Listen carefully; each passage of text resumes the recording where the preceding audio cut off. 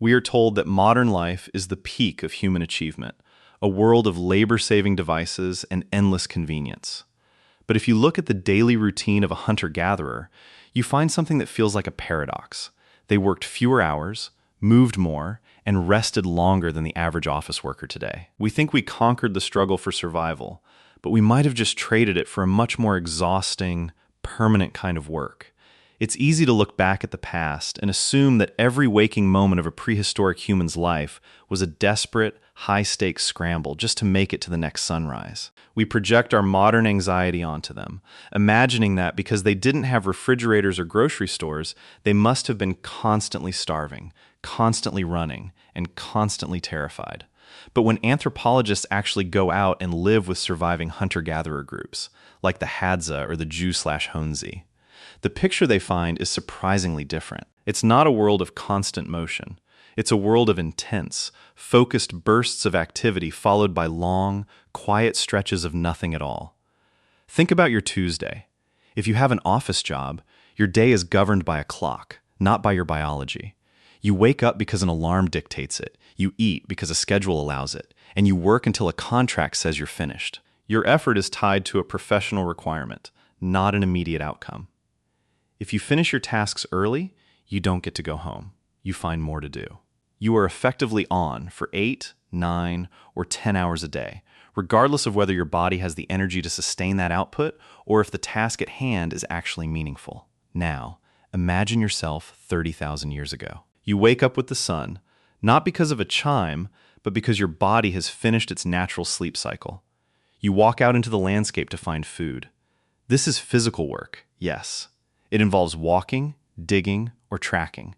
But it is finite. You aren't working until the sun goes down. You are working until you have secured enough resources for your group. Once the calories are found, once the water is collected, the work is done. The rest of the day, and it is a significant portion of the day, is yours. It is for stories, for social bonding, for sitting by the fire, for tending to tools, or simply for sleeping. This is the work-life balance that civilization fundamentally broke. We didn't necessarily make our lives easier. We made them continuous. We removed the off switch from our daily existence. The problem, from an evolutionary perspective, is that our brains were never built for the kind of endurance-based labor that modern society demands. We evolved as energy-managing machines. In the wild, wasting calories is a death sentence. If you run when you don't need to run, if you search for food when your stomach is full, or if you labor under the hot sun when you could be resting in the shade, you are actively harming your long-term survival. So, our bodies evolved to crave efficiency. We are biologically wired to be lazy when the work is done. But modern work forces us to ignore those signals. We are constantly on, constantly processing information, constantly managing social hierarchies, constantly worrying about future performance.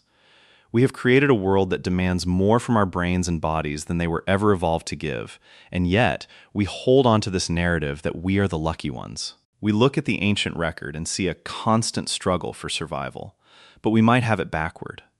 Maybe the struggle didn't start with survival. It started with civilization. When we shifted to agriculture, we didn't just change what we ate. We changed the fundamental nature of time. Farming requires constant, repetitive, and long-term labor.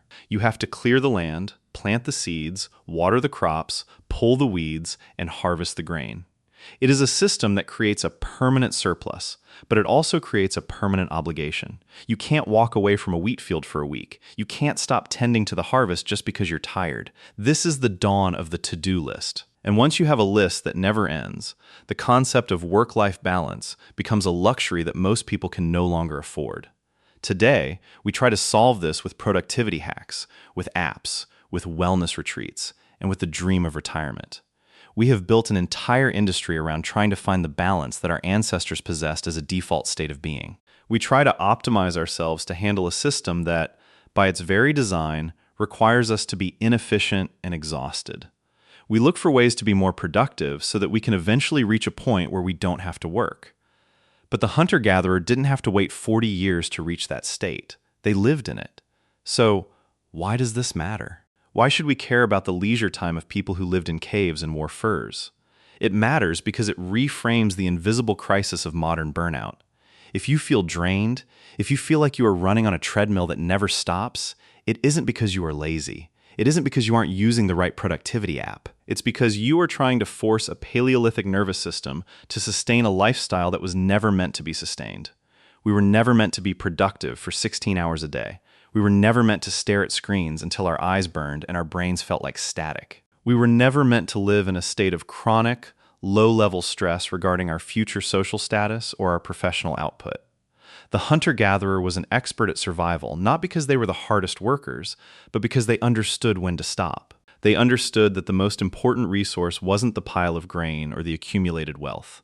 It was the time spent sitting by the fire, the time spent connecting with the group, and the time spent doing absolutely nothing at all.